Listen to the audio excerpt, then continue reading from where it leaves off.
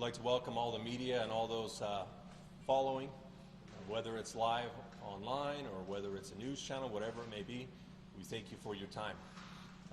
Why we're here at the Ridgecrest City Hall is we're trying to give some updated information of what we know is the latest of events that have transpired here today following the earthquake. My name is Andrew Freeborn, Public Information Officer with the Kern County Fire Department. What we will do here today is various speakers will speak. Let's hold all the questions till the end, and then that will give us a time to be able to answer some questions from the podium, from various speakers. If this is running long or if we start to repeat the same types of questions, we'll go ahead and conclude the press conference, and the various individuals that are here today will be available briefly for one-on-one interviews, a breakout immediately following the press conference. So let us start this press conference off by introducing Chief Mclaughlin of the Ridgecrest Police Department.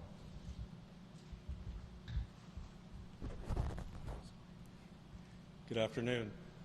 Well, at 10:33 this morning, July 4th,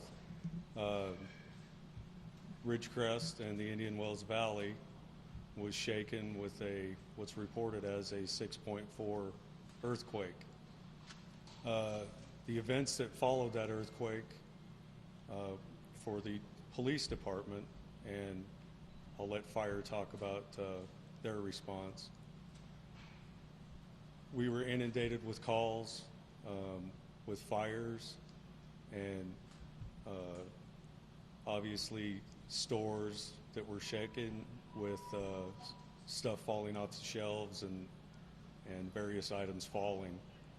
So obviously that took tax on not only our dispatch center but the officers working, so immediately we called in anybody that was available. And being the 4th of July, those numbers were a little bit lower than normal, so we got an overwhelming response from our allied agencies, so they immediately notified myself and said that they were sending people as well. So then we started, we have a huge volunteer base here in Ridgecrest as well, so as these people started to come in, we started doing a grid search of streets, looking for damage. That's an earthquake. That is an earthquake. Yeah. So obviously we needed to check for structures that may be down and look for victims that may be trapped. So we started to search for those. In the meantime, our patrol staff was tasked with responding to the fires as well as down power lines and the other things that went with that. So as more people got here and we were able to assess the damage on a quicker basis with more people. So with that, I'll let fire talk about their response. Thank you, Jason Schillinger, Battalion Chief with the Kern County Fire Department. I'm the Unified Incident Commander of the incident here today. Right after the earthquake happened, we responded to multiple pieces of equipment. We have a USAR task force. We have both of our USARs that from Bakersfield, USAR 52 and USAR 61 have been dispatched to the Ridgecrest area. I have also ordered a OES, Office of Emergency Services, Urban Search and Rescue Task Force. That's going to be coming with 29 folks specializing in heavy rescue with equipment, with canine dogs for search. What we're trying to do is we're trying to make sure we're ahead of the curve if we do get an aftershock. Obviously, we just had an aftershock. We want to make sure to get as enough resources we can possibly here to make sure that we take care of the communities that are going to be affected. We also have 2 different strike teams, one from Region 6, San Bernardino area, and then also a mix of resources from the county that are all coming over. Helicopter 408 is assigned here, and that is going to be a resource that is going to be used. Kern County Sheriff has also given their helicopter, and there's been multiple agencies that have asked if we needed any of their resources. So right now we do have plenty of resources. on this side of the 395 to assist with whatever's needed. And we do have a lot of our task forces. We're going through the communities. We're checking for gas leaks. We have fielded a lot of calls for water leaks, gas leaks. We have had one structure fire confirmed. That was in the beginning. We did make a stop on that. About 50% of the house was saved with a reinforced structure from the County of Kern. So right now I feel that we do have a sufficient amount of resources, and we are ready for the future of any aftershocks. There has been a lot of aftershocks. We've heard aftershocks up in the 4.0 area, and nothing bigger than what we've had in the beginning. So right now we feel that we're good on the operational side. So I'll field questions after the other individuals talk. Thank you.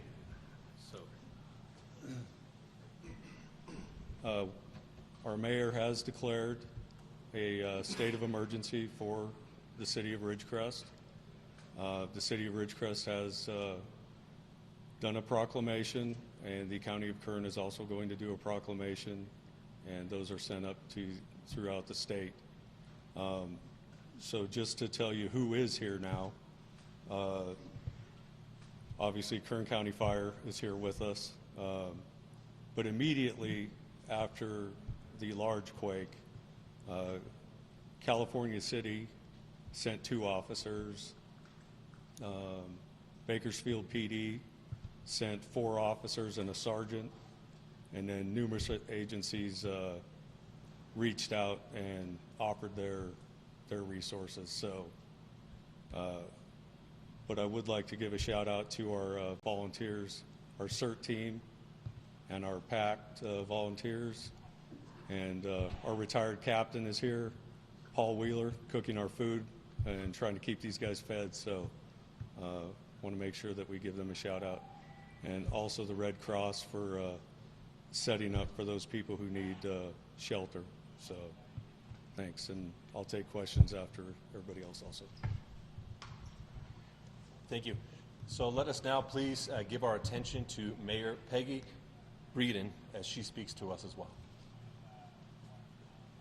Thank you all for coming. I would like to say that I just received a call from Governor Newsom, and that he has signed on the proclamation also for a state of emergency.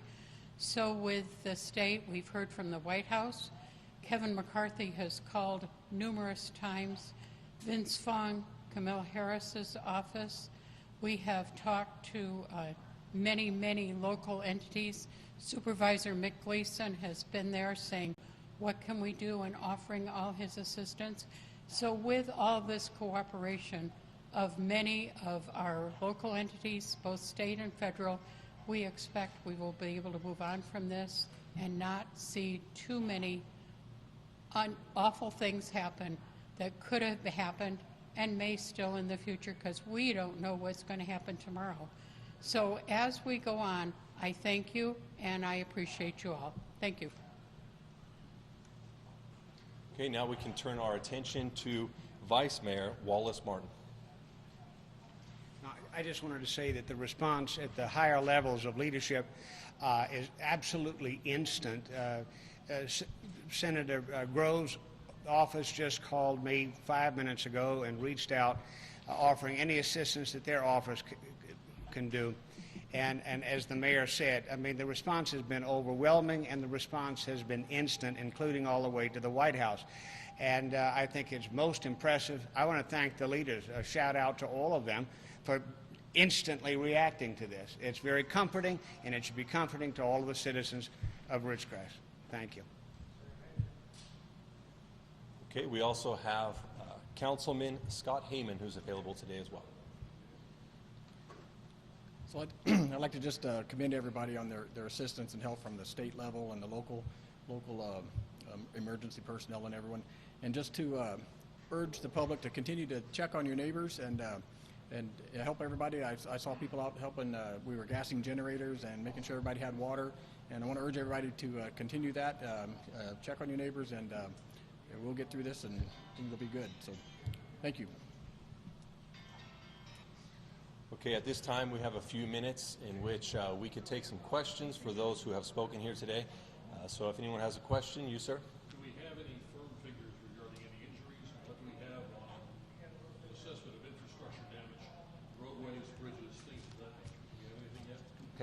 So CHP, would you like to comment on, the question is infrastructure. Do we have an assessment of the infrastructure and how it's been impacted? So we'd like to welcome CHP to speak on this. Thank you. I am Lieutenant John Williams. I'm the commander of the Mojave CHP, which also patrols this area.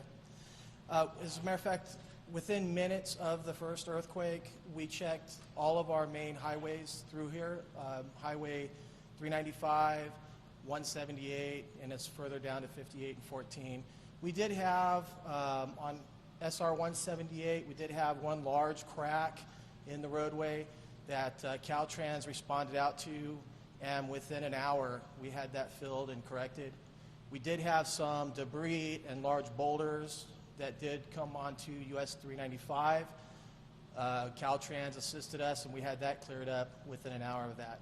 Other than that, we've checked every overcrossing, every undercrossing on every main highway all around Ridgecrest, and there's no other problems or concerns. Utilities? Any failures? From the California Highway Patrol's perspective, I haven't seen anything, but I can't speak on behalf of that. That's going to be utility company. Mayor, got a question for the mayor. Yeah, question? What's the question? I just wanted to know, what specifically was it that led you to declare the state of emergency? Was there a specific thing that you saw or you're hearing about that led you to go to that move?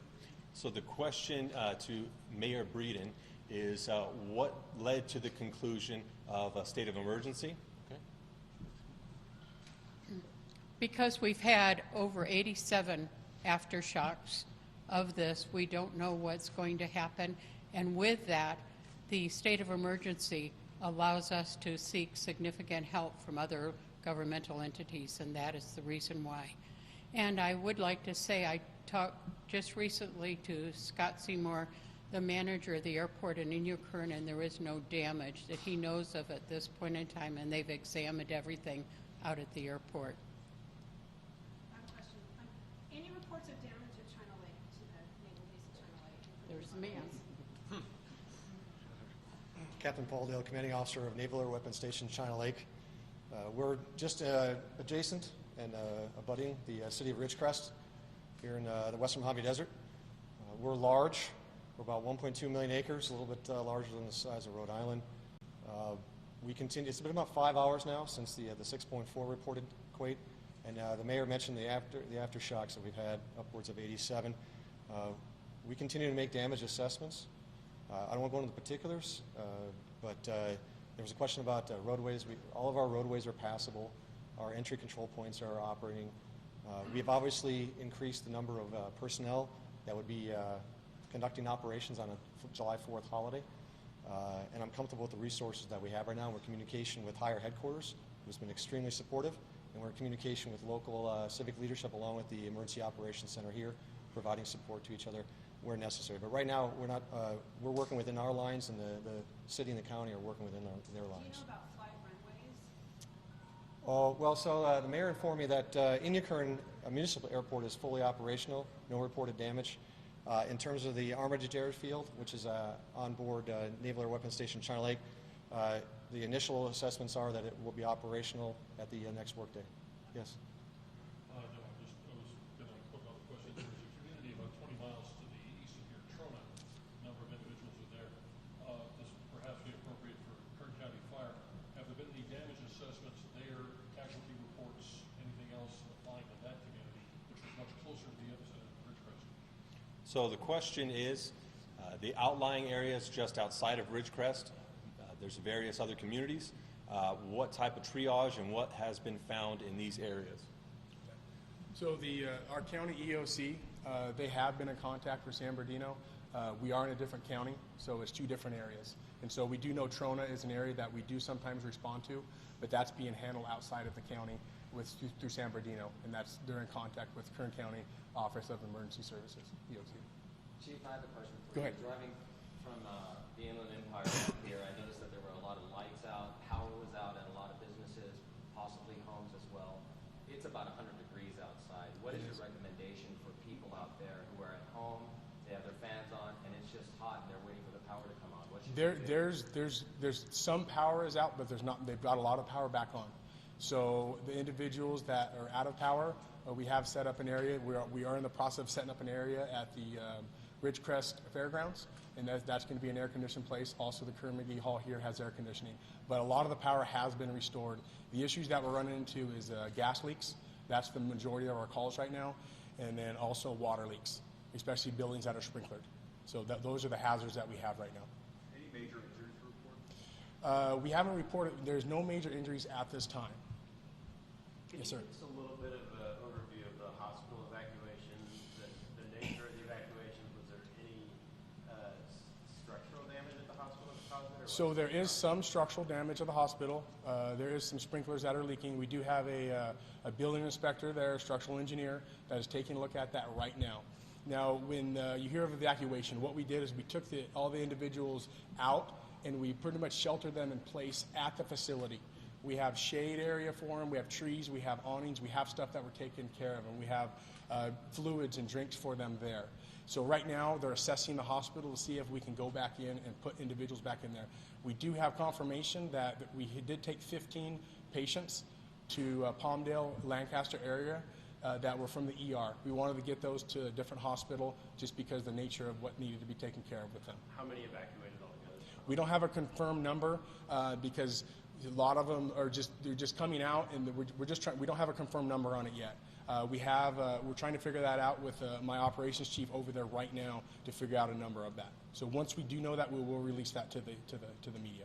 I have a question about fires. It's 4th of July. I've already seen people lighting fireworks. What's the plan to kind of monitor that? This is a high fire risk area, and monitor what's going on with the earthquake. Now the fireworks are legal in Ridgecrest. I know there's not a fireworks show tonight. Is that correct? So there's none. So there's not a fireworks show tonight. So people can still, we're not going to tell them they can't light their fireworks. They are legal out here in the Ridgecrest area. Do you feel like you need more help from other fire stations to kind of manage something that might happen with the fireworks? No, we have a lot of resources here right now.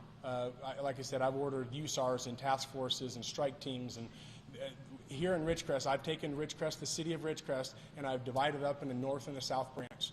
From Ridgecrest Boulevard south, that's going to be our south branch, and our Ridgecrest north, that's our north branch, and that's where a majority of our resources are right now, because that's where our hospital is at right now. For those people who are living in the community, what should they be doing over the next 24 to 36 hours, in as much as their families, their homes, realizing we are going to have aftershocks? What straight advice do you want to give them on how to conduct themselves in that period of time? Definitely check on your neighbors, check on your family and friends. Water, keeping things that are going to be able to keep you hydrated, and food, that's going to be important because we don't know if there's going to be any more aftershocks. We just had one sitting in here, and there's been 87 aftershocks as we talked. Is there a high percentage of another big aftershock? That's unknown. Unlike a fire or a flood, we can predict that stuff. With a flood, we know where the water is going. Fire, we know where it's burning. Earthquakes, we cannot predict. Would you advise people, because this is what I was seeing initially coming in, a lot of people driving around, in many cases aimlessly. They may need their vehicles, they may need the gasoline in them to go later. I would definitely, stay home, keep your vehicles fueled, keep food and water in your house, and be ready for something that could happen. Unknown if something's going to happen, but I will say from the county fire and the emergency side, we are prepared, and we do have a lot of resources over here to make sure if something does happen, we're good. Chief Mclaughlin, can I ask you a quick question just about public safety? Your officers are going to be We'll out get there, back. of course, going around patrolling. Is there a concern at all about potential looting? We've discussed that. That's why we have extra people here. I hope not, but that's why we have extra people here. And we've brought in resources from other agencies to help with that. And we'll be patrolling those areas to try to prevent that as well. So let's hope that they don't do that, or at least try.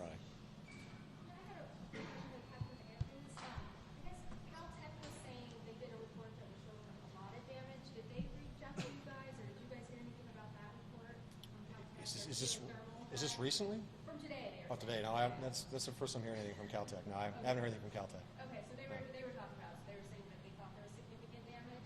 No, I haven't. Not aware of any reports from Caltech. Thank you. So now that we're getting kind of into the smaller, down into the weeds for some of these smaller questions, we'll go ahead and conclude the press conference now. But stick around for a breakout. That way, is it for the good of the entire community? I think it is. Okay. Is there any indication as to how long or when the stores may be open so people can go back and get food on ice and Saturdays? That's going to be an unknown. There's too many speculative factors that would go into that. Environmental health, the checking on the food after a power outage, the utility companies. That's going to be an unknown. We're not going to be able to put a number on that for people right now. But thank you very much for coming here. We can have a breakout so that you can speak to the individuals on a one-on-one basis now for a few minutes, as their time is desperately important right now. Thank you. Mayor Breeden, can I talk to you real quick?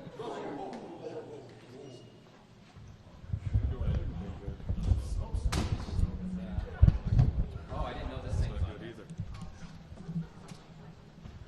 I'm Mayor Sunny.